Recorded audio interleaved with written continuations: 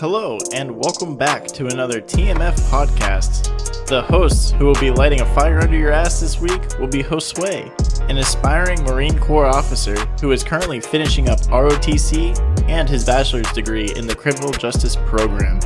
And myself, Justin, an aspiring motivational leader and life coach, currently finishing up a couple more years of life experience so people will naturally take me more seriously. We both are highly motivated individuals who love to challenge the modern rhetoric and want to reach out and share our findings with all of our wonderful listeners. In this week's episode, we're going to conclude our Toxic Masculinity series, and we will be wrapping up this series with getting deeper into the confidence needed for men to live their best lives. And in order to do this, we're going to be focusing on nutrition and exercise this week. So let's get this fire lit and get motivated. So for those of you who were with us last week, we were talking about negative body image. This week, the focal point is going to be diet and exercise. Negative body image can be affected by your diet. The change to what you eat can drastically change your perception of yourself. Stop overloading your carb intake and your sugar consumption, and you'll realize you are already getting more energy. And this energy can be put to other things besides your gut. This energy can put to things like walking up some stairs instead of going up an elevator, parking farther away in a parking lot, just using that extra energy that you're getting from the change in your diet positively. Yeah, and there's a reason why we come on here and immediately just go so strong here talking about carb intake and sugar consumption in particular. Sugar consumption is an obvious one, but watching your carb intake is super important. If you are living a more sedentary lifestyle, your carb intake is doing you more harm than good. If you're getting that excess energy into your body, you're just going to slow down from it instead of being able to use that carb intake efficiently if you were exercising. And with that, and you weigh down your stomach with that, that's what we mean with all that energy being focused on your gut. It takes away that energy from other parts of your body, so that way you wouldn't be so inclined to walk up those stairs. Going off of an example I used the week prior, this is why I'm so strong against soy, as you guys already well know. It can be very filling. It does have its nutritious value to it, and it is a very effective protein burner in your body. But the problem is when you consume too much of it, that excess soy turns into estrogen, which is obviously something that men want to consume less of in their diet. All it's going to do is create hormone imbalances and all kinds of other issues that we've already talked about prior. The key example here is that soy can make you actually feel good for those first couple of months, and you think you're out here doing the right thing for yourself and you're being healthy. Really, you're secretly destroying your physiology by doing this. And when we talk about why research is so important, getting in touch with your body and what your body can do based off of what you eat, that's different for every single person. A great example of that is, for myself, I consume a keto diet, 1 month on, 1 month off. In that 1 month time that I'm on keto, I'm able to drop usually about 15 or so pounds. Getting back off of it for 1 month, I gain back about 10. So overall, I still have this loss. It's not a yo-yo diet for me. Being on keto, I have my goals, right? My goals on keto is primarily just to increase my cardio and being able to do light exercise, get my heart rate up, things like that. Whereas when I go back to consuming more carbohydrates the following month, I spend that month in the gym pushing some heavy weight, trying to get some strength gains from it. So I do this cycle for myself so that way I don't burn out from either one, and I get to have this great balance of doing something a little different every month. So not only is it great for my type of lifestyle, but it's things that I found work best for me and for my body. And it takes some time to research that. This took me about 5 years to figure out this combination that really worked for me. So throughout the research that we did on this topic, we put together this 4-step process that seems pretty simple when you think about it. In this 4-step process, it's the little step, the big step, the problem, and the serious issue. So the little step could be the weight loss that you get from working out, right? Right, yeah, something positive, right? Yeah, the big step, though, is the encouragement to continue. So you're going to get that backup from people telling you that you're doing a good thing, that you're getting a healthier lifestyle. So now we need to watch out on that positivity. Exactly, because that's where it can take a turn for the worse. And then the problem being the perception of this positivity that you have yourself.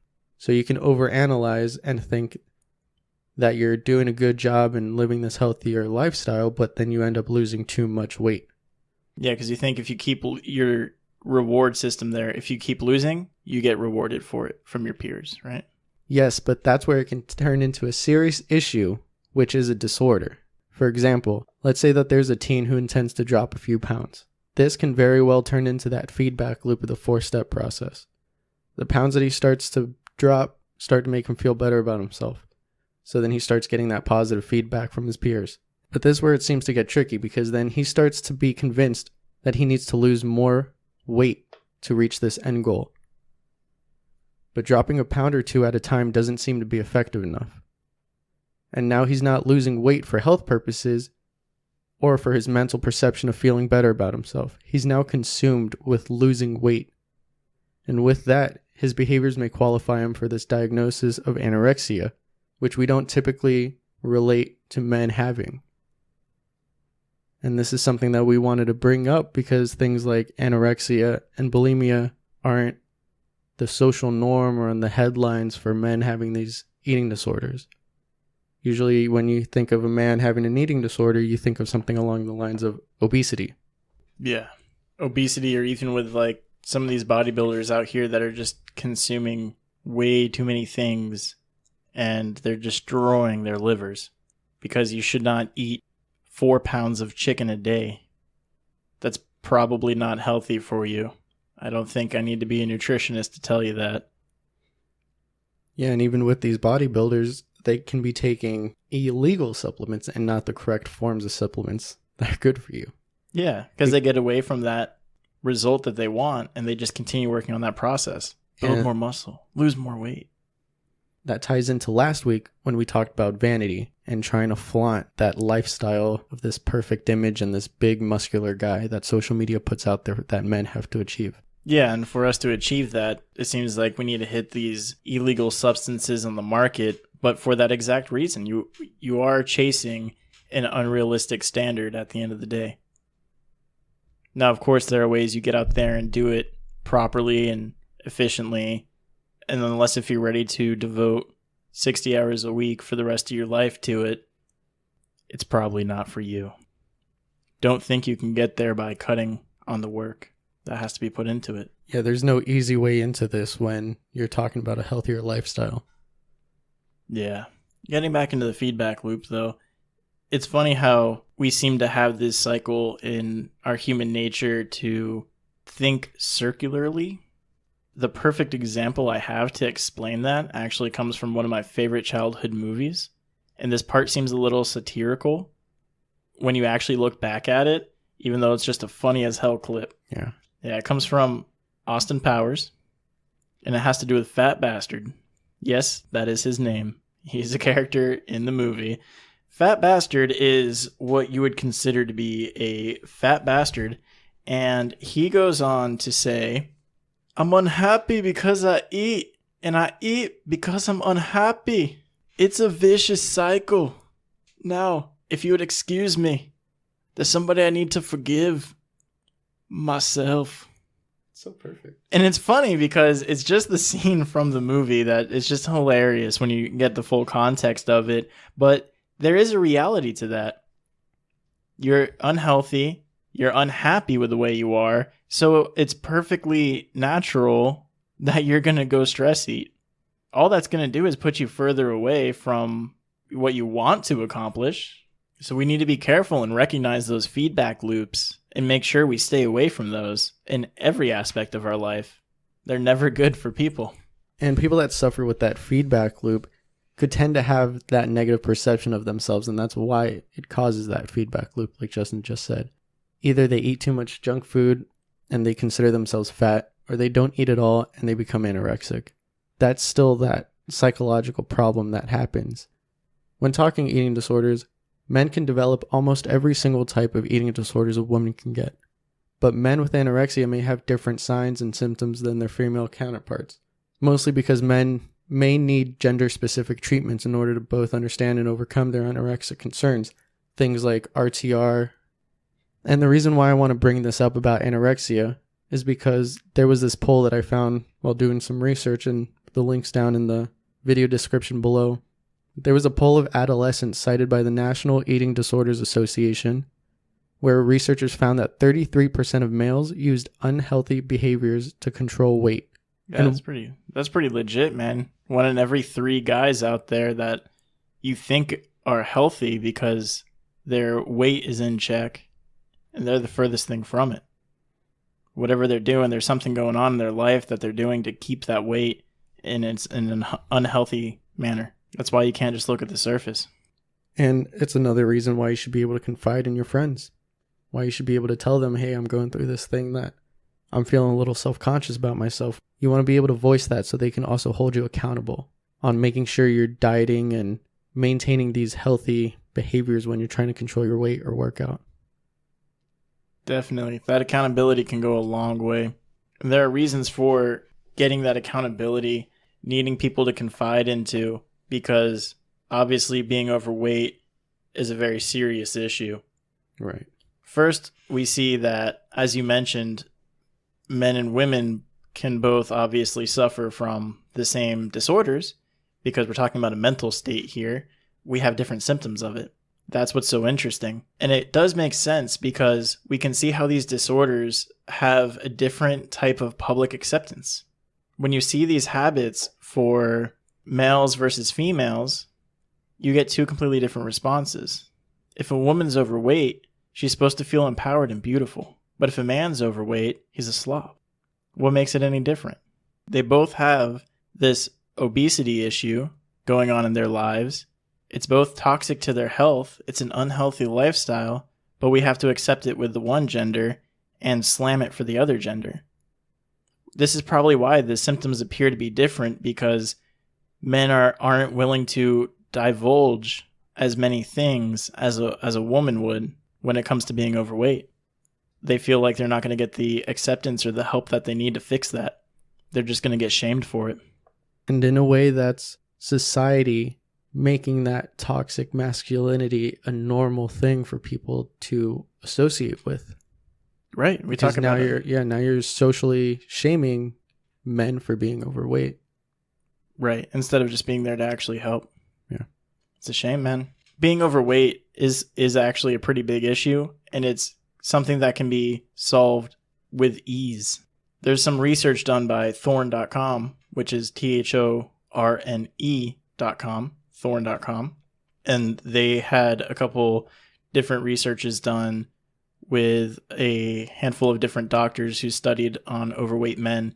And they all kind of came to the same conclusion that in a 12-week period, overweight men who walked 1 to 3 days a week for an hour at a time showed increased levels of both their free and their total testosterone.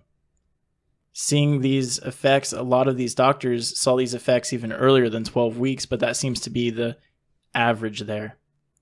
So if you just walk for an hour 3 days a week, in 3 months, you're already going to have a positive change on your hormonal level. That sounds like one of the easiest New Year's resolutions you can possibly make, because you're only asking for 3 months out of the year. It is crazy too, because they put such a big emphasis on the walking part. You don't need to go for a jog or a run. You don't need to be sweating. You just need to walk for 1 hour. That's it. What does this increase in your free and total testosterone do for you? You already know I went and found out about that, right? Yes, you did. Yeah. So we went back to what seems to be my favorite site here for this type of research, back to healthline.com. The research that they did on low testosterone levels was they found that 24% of men in the United States suffer from low testosterone levels, and less than half of those men show symptoms of it. Here comes the dangerous part of that. For both, number one, how high that statistic is of being 24%, but also how scary it is that it's a pretty silent thing, since more than half don't even show symptoms. They did a study on 83,000 men in total who were diagnosed with low testosterone, went through treatment, testosterone replacement, exercise, dieting, all the like, right? Some overweight men. They followed up with these men a couple months later. They found that once their testosterone levels returned to normal, they were 24% less likely to have a heart attack and 36% less likely to experience a stroke. That's a pretty big percentage when you're talking about heart attack and stroke, because those can be fatal. So when you're taking a quarter to almost half or 50% away from the possibility of even having one of those, that's a pretty good thing. Oh, yeah. And that research was done specifically on the testosterone level too. That wasn't even really about weight loss. Of course, weight loss was something that happened in the study, but the main focal point being on men who had low testosterone and were able to improve that they were able to be less likely to have a heart attack or a stroke. Just even having your hormone levels in check changes your health drastically.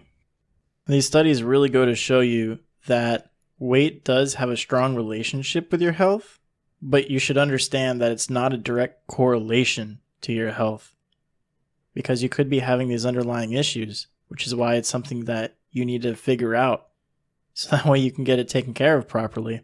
You can't think you can always take the easy way out on this kind of thing, because a lot of times the easy way out can lead you to do extreme things that are still ultimately unhealthy.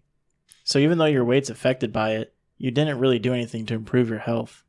There also goes into account for your body type. Naturally, some people tend to sit a little underweight or a little overweight than what's expected of them. It's not really a big deal.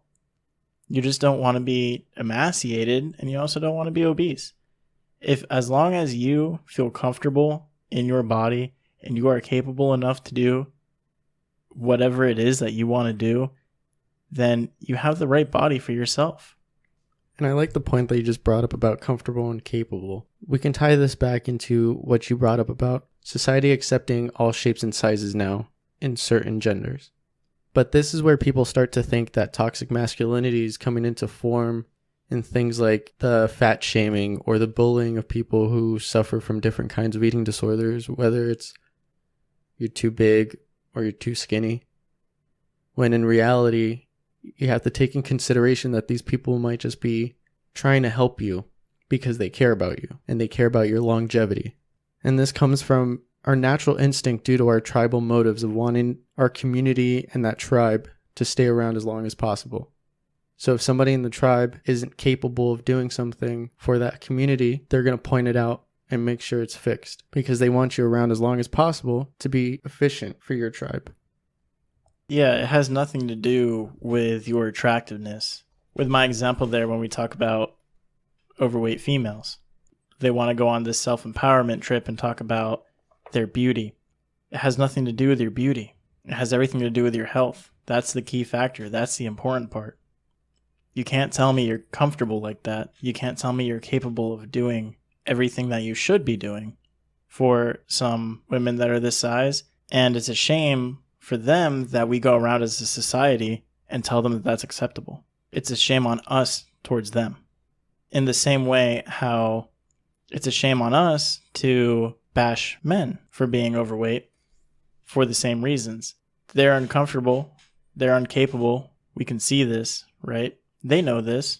And although they're not trying to talk about their beauty, they just start thinking of how useless they are. They don't want to do anything to fix it. When in reality, for both genders, all you need to do is look around at the people around you, the people a part of your inner circle, and do your part to keep all of your people in check. It's the little push that goes a long way into helping people feel better about themselves, because then it snowballs into living a healthier, active lifestyle. And on that point of surpassing your capabilities, I wanted to bring up the example of David Goggins. Yeah, he's a pretty popular one right now. Yeah. Most people will see him now and just think that he's this super athlete, this unstoppable force that's going around in the world, running ultra marathons. It would be very difficult for you to look at him now and realize that he was a heavier person in the past.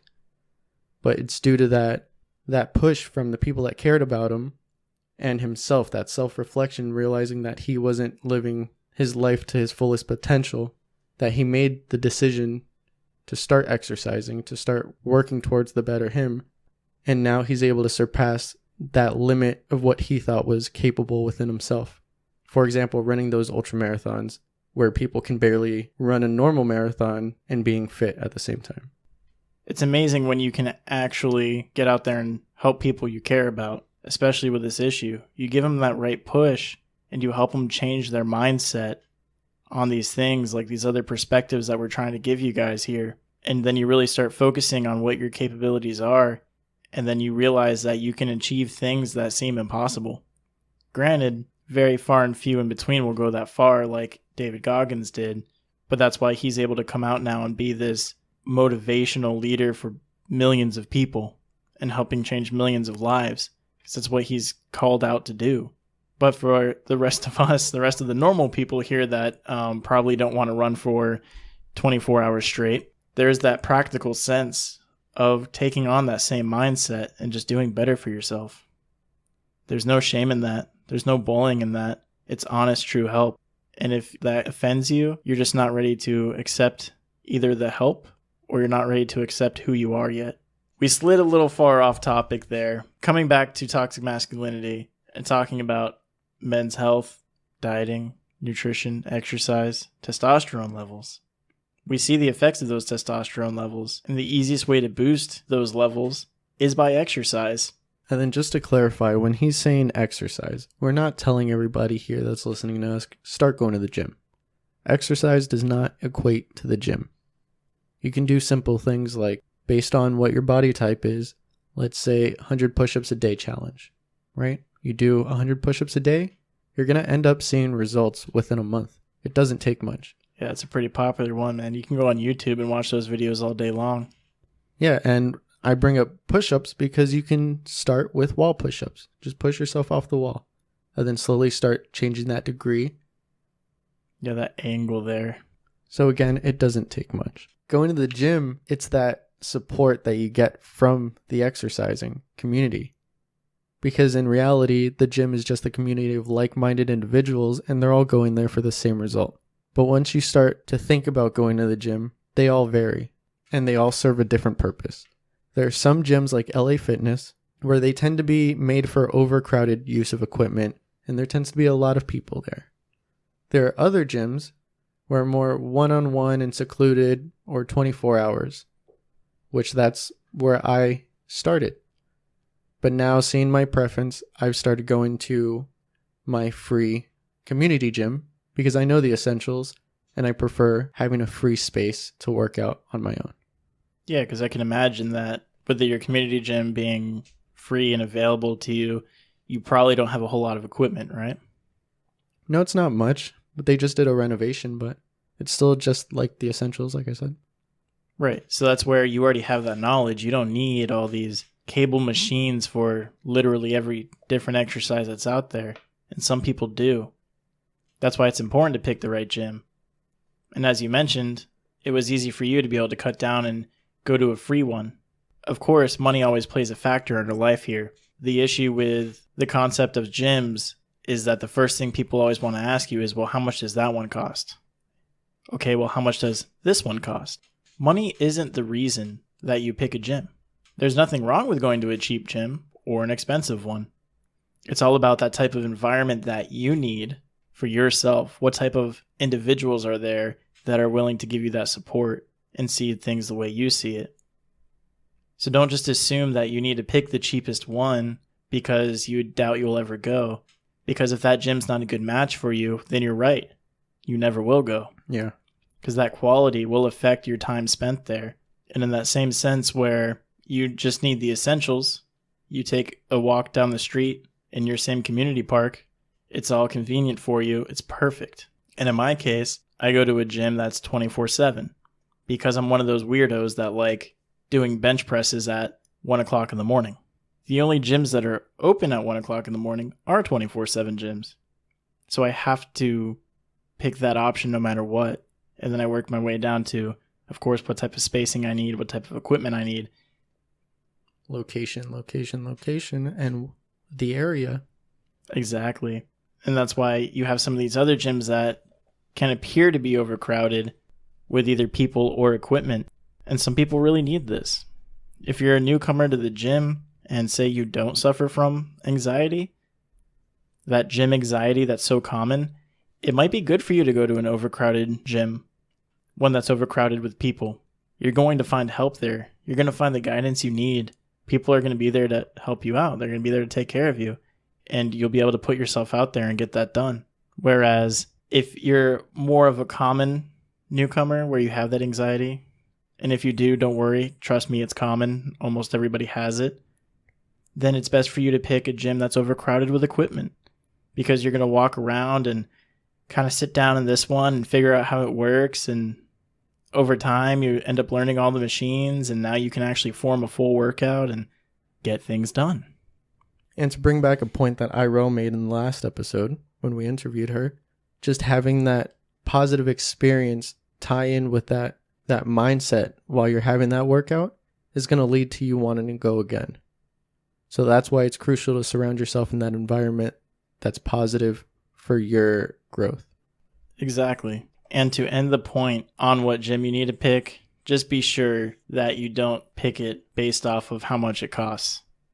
I hate seeing people make that mistake because they can really tarnish their experience with the gym. And to quote from one of my favorite podcasts here, Jocko Podcasts, one of the co-hosts there, Echo Charles, he said something along the lines of, nothing in your life has an impact as strong as exercise does. And he went on to explain, there is nothing else you can do in your life that will impact every aspect of your life. Right. Except for exercise. Exercise affects every single thing in your life no matter what. There's nothing else you can do that'll do that. It plays such a crucial role in your growth and development as a person. And because it has such a big impact on who you are, what I want people to realize is that nobody can convince you to go exercise. Really, nobody can convince you to do anything in life. It's just more apparent when we're talking about something that's so life-altering. It's only when you're ready to make these changes that you'll get out there and do it. So if you're waiting for someone to motivate you to the point of creating that life-changing scenario, you'll never find it. You should take the motivation for what it is at the face value and use it to fuel your workouts or use it to fuel your desire to go. But you have to understand, it's up to you. Nobody's going to push that weight except for you. That's the only way you're going to grow. Nobody can do that for you. And this is why people can be afraid of exercise too.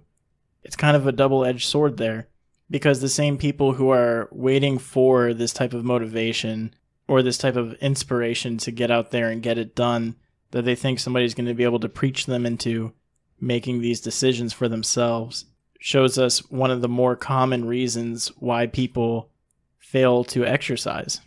At least one of the more common reasons in my experiences. And I find that this issue is because it creates a reality of your progress. Because you can't lie to yourself about the gym. If you didn't exercise 3 times last week, like how you planned it, you just simply didn't do it. You can't make it up. You can't go back and do it. You can't do 4 workouts this week to make up for the one you missed last week. It's all about that consistency. And it can be a harsh reality for some people. When you put your ego aside and you start focusing on your health, you become a little more tolerant of yourself, right? How we kind of talked about self-love a little bit. Every episode, we kind of have these little hints of self-love. Here's where that self-love really helps you. You shouldn't be so hard on yourself if you miss a day at the gym. Because if you miss one day and you beat yourself up for it, so you tell yourself you're not going to go today because the week's already messed up, all you're doing is punishing yourself. Well, it's like you said before. Every day at the gym is a Monday. Isn't that what you said? I said never skip a Monday. Never skip a Monday. Okay, never mind. Take that back. Scoot. I forgot what the quote was. I just knew it was Monday, so I was like, yeah. It's like one of the better quotes where they say, don't skip a Monday. There's a reason for that. The only other real main reason I have to hit on trying to solve this problem of lack of exercise ties back to what we already discussed with dieting. Because if you eat bad food, you're going to feel bad. It's what you've already said at the beginning. When you're getting this overloading of carbs and sugars in your diet, your stomach's going to be so heavy, your energy's so focused on digesting that food that you're not going to want to get out there and do anything.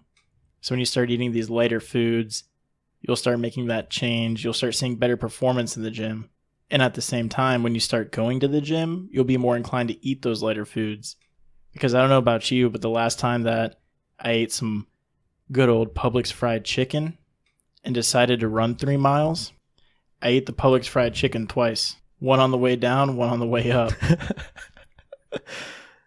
So I'd be more inclined to sit down and eat a chicken salad before I go for my run because that's not going to come back up. You follow what I'm saying? Yeah. And there's something else that I noticed when asking people why they tend to be afraid of exercising. And that tends to be the lack of knowledge of equipment, right? They have this fear that nobody's going to help them once they do make that decision to help themselves. Yeah, and it's crazy because literally everybody in the gym environment is there to help you. Yeah, like you can just ask somebody if they can help you with a machine that you've never used before. You'll get the response of either, yeah, I'll be right with you and I'll help you out, or let me finish this set and I'll be right there. Yeah, nobody's ever going to turn you down if you ask them for help. I've never seen it happen. And then another point is like what you mentioned before, it's this lack of motivation and drive. Exercising itself requires hard work, not the motivation. You need to make that decision on your own account to go.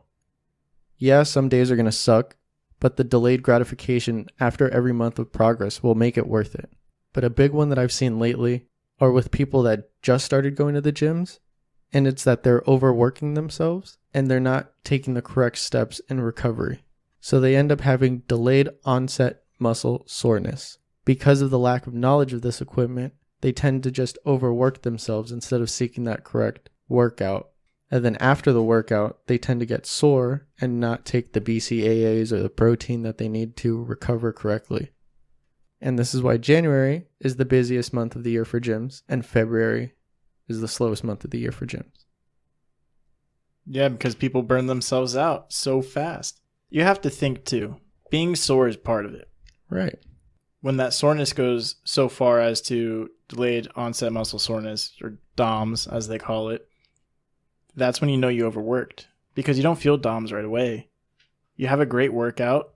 You feel like you overexerted yourself, but it felt good to you. The next day, you're fine. The next day after that, you wake up and you can't even get out of bed. That's what that overexertion does to you.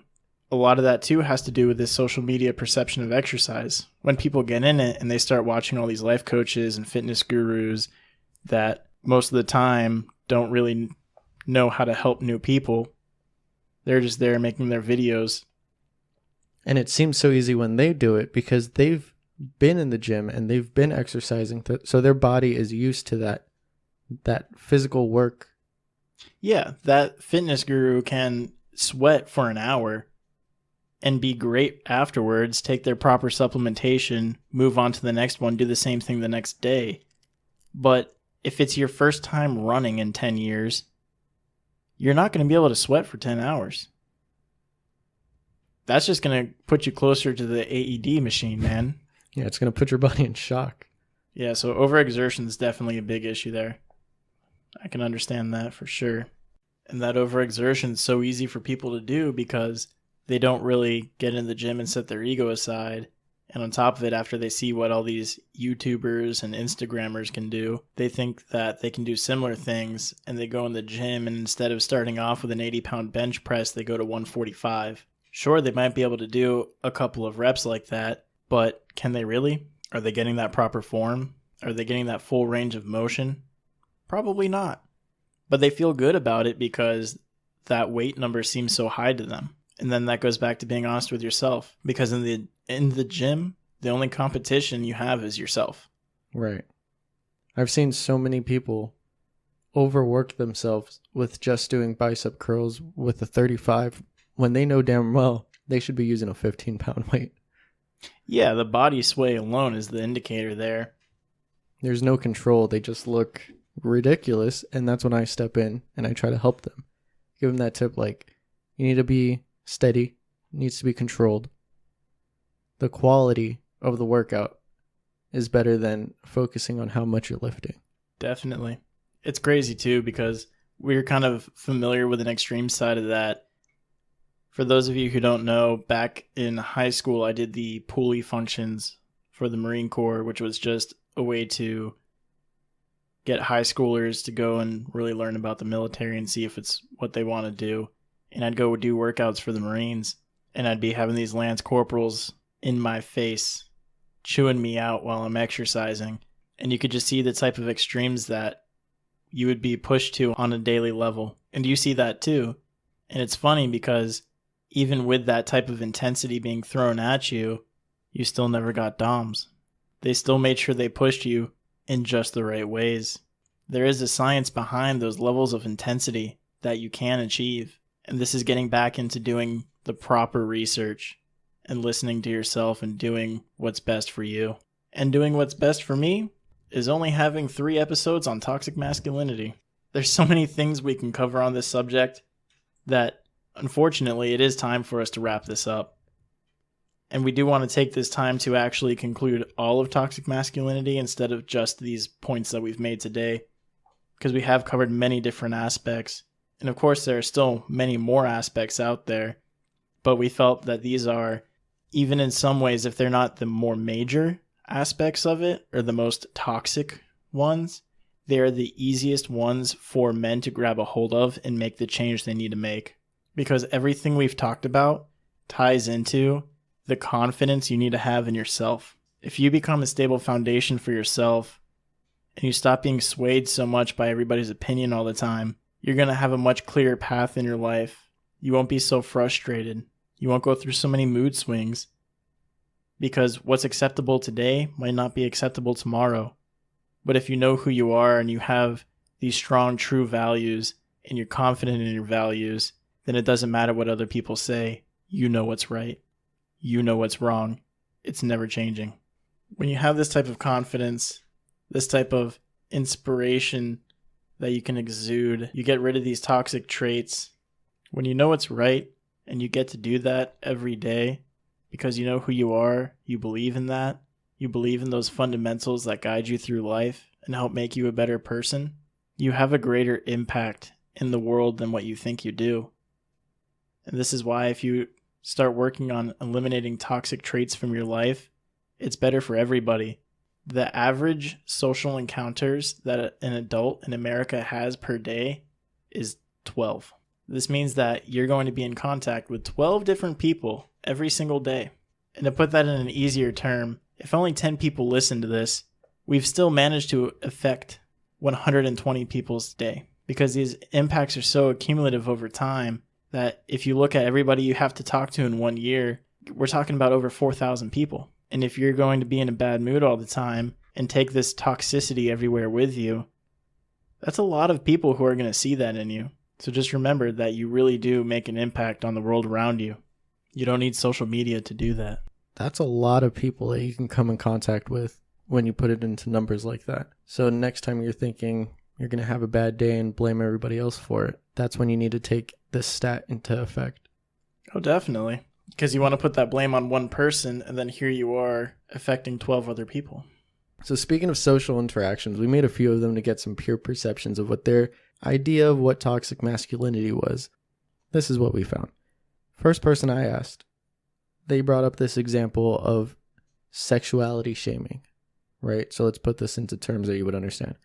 I'm sure everybody's been familiar with the term no homo. Okay, right. Yeah, so the way that they explained it to me and their understanding of what this topic was before even listening to an episode of our podcast was that people would be so ashamed or in a way afraid of accepting who somebody is or who they were that a sign of affection taken to an extreme, they would want to say no homo afterwards because they need to emphasize their sexuality. And if they're not straight, they were going to make fun of that. That's very true. Being strong in who you are doesn't mean you can't be gay, right? If that's who you are, it's who you are. You need to come to terms and accept that. Yeah, but also accepting that other people can be who they are. If you're strong in who you are, it shouldn't matter to you. Right, and that's why eliminating that term no homo, that sexuality shaming, that makes a big, big change. Yeah, and another big one that really stuck out to me was when they mentioned catcalling. This came from a woman that I asked because I wanted to get the other side of the street's opinion on toxic masculinity, since they tend to be the ones that are on the receiving end. And then quite literally with catcalling, the woman on the other side of the street receiving that toxic exactly message. Where I was going with that one. And the objectivizing of women is where it tends to get very toxic and very sketchy in today's society. Of course, because if you're going to objectivize really anything, but in this case, what we're talking about here, if you turn women into objects, you don't need to respect an object. You don't need to have a mutual understanding with an object. So when you get out here and you think that you can just say whatever you want to females walking down the street, and that it doesn't matter what they think about it because it's all about what you think. There's a lot of different levels of toxicity going on there. So that is a very big one. Yeah, that was a big one, but like you mentioned before, these are the easiest ones that people can make the changes they need with the points that we gave in the previous episodes. So that's the reason why we didn't cover catcalling in this toxic masculinity series. Yeah, it's just one of the many byproducts of what comes from toxic masculinity. Catcalling in itself isn't the toxic trait that men have. I'm not too familiar with catcalling. Was never a fan of doing it myself, but I couldn't imagine a group of guys that just wanted to go out there and walk the streets and find a female to holler at. That peer pressure from all the other guys around you, you're going to think you're tough shit if you go and holler at a female real quick, when really all you're doing is making her feel extremely uncomfortable and wasting your time on top of it. But that goes into that confidence. You feel you have to prove that to your friends. Well, probably shouldn't call them your friends, but I don't have a better word for them. And a toxic trait in that could be that you're just not telling the person who is catcalling, if you do happen to be in that group. You're not telling them to stop. You're not man enough, or you're not strong enough within yourself to tell them to stop, that that's not the right thing to do. They're not confident in who they are, so they feel the need to start objectivizing women and disrespecting them from across the street. But you're also at fault for not telling them to stop. Yeah, I can agree with that. If you're strong in yourself, you know what's right, you know what's wrong, you should be able to make a stand for that, especially when it is affecting other people. And with being that type of person who can stand up for yourself, stand up for what you believe in, this is where some of the people that I asked about toxic masculinity, one of the main responses I got was just overall a general lack of respect for other people and sense of over-aggressive behavior. So I got the examples of Mr. Tough Guy. That's the embodiment of toxic masculinity. Like the guy that's overcompensating for something? Yeah, pretty much. It's the person that needs to put their influence on others all the time, and they don't care what your opinion of it is, because that's the other side of being toxic, is being so confident in who you are, but it's not based off of any grounded truths. It's all based off of that ego. So now if somebody tells you you're wrong, how dare they defy you? And you just have this over-aggressive energy about you. And it's not good for your health, and it's definitely not good for the people around you. You won't have many friendships or relationships if that's the type of person that you want to be. Yeah, that's the person at the gym slamming those weights down, making the big fuss, thinking you're standing your ground and making an impact at the gym. But in reality, people are just trying to scoot away from you, avoid you. Yeah, because they don't want to get hit by a flying weight. It makes sense. It makes sense, man. The final point that I got from these peer perceptions on toxic masculinity came from a female, just like how you have one point there as well. Interesting how we managed to do that, right? It's almost like we planned it. She related toxic masculinity back to poor marriages. And poor in the sense of kind of that first point, that lack of respect.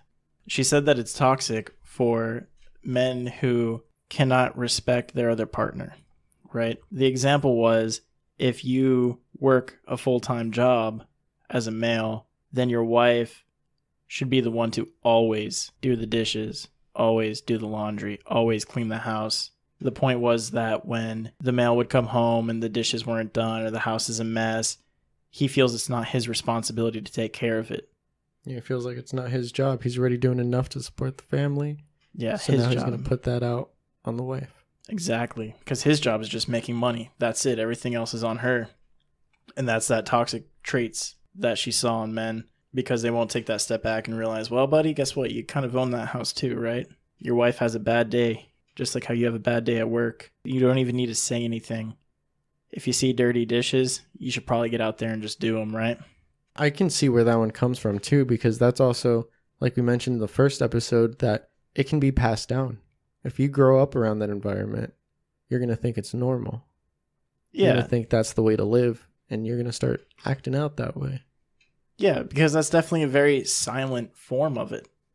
Because it doesn't mean that you're aggressive or that you think you're better than your wife or anything like that. It's just you could just simply look at it and be like, meh, that's not my problem.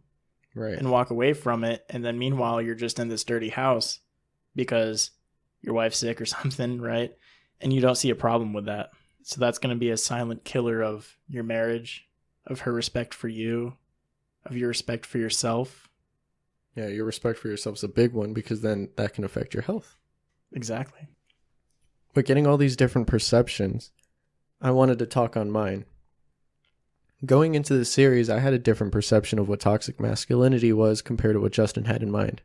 This topic of running this series was brought up to us by somebody, and we were like, yeah, that's a good point to talk about.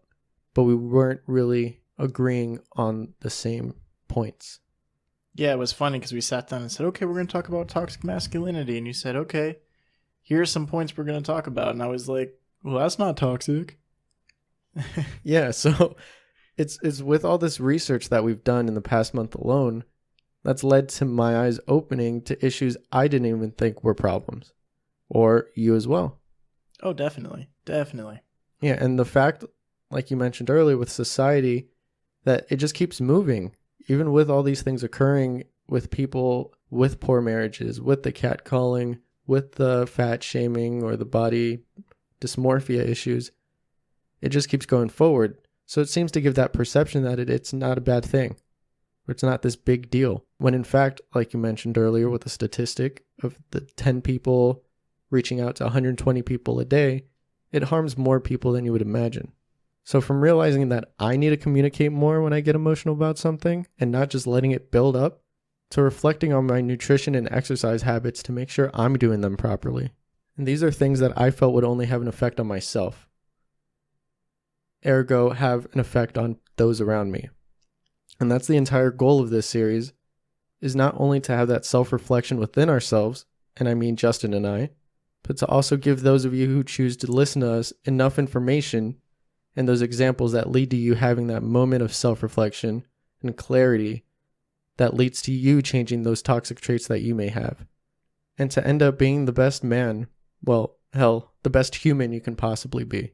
That's why through this information, we did pick points that we made sure could be easy enough for people to see and make those changes without asking for anything too drastic. Because these things that seem or that can be so easy to fix, they do have such a big impact.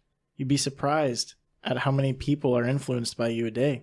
So when you make these little changes, it goes a long way. And these types of changes that you make are great to help you grow entirely into a new person.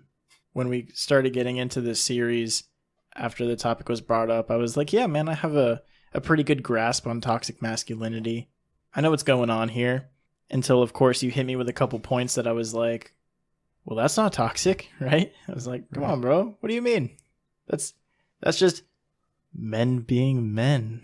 And then I started realizing That's throughout this research, all these terms that I used, these are parts of the things that they use to make fun of toxic masculinity. So I've definitely learned a lot, grew a lot from it. I definitely suffered from a lot of the silent traits of it. I did feel strong about toxic masculinity being your own problem. Right. And going back to using those iconic words, I thought that you just need to man up and solve those issues.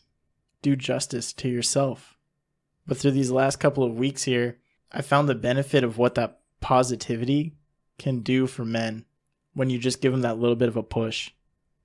That's what I feel I've learned the most here covering this series, is that yes, men do need to take responsibility for themselves and their actions, build that confidence, be a better person. But at the same time, everybody else around them just needs to give them that little bit of love, a little bit of tolerance, and watch what that can blossom into. Because when you get that little bit of love up front, it can help push you to give yourself some of that self-love. So at this point in our research, I still feel like toxic masculinity is on a personal level, because if we can address it individually and get people to solve these issues with themselves, we can create that bigger impact that we need. Because the world is going to keep moving on. It's the way it works. We can't just pause time and sit down everybody and have this mass discussion about how we're going to one and done and fix toxic masculinity altogether. And don't you wish it was that easy? It would be nice, wouldn't it? It would be perfect. If it was, we would do it with everything else in the world. But what you can do is you can take some of that extra time that you have this week, spend that time on yourself. Take some of that introspection and accept what you see for what it is, and come up with a plan to make changes for the parts that don't look too pretty to you. Everyone around you will help you. But the same way as for exercise, you're the only one who can take action on it. Now go on and get.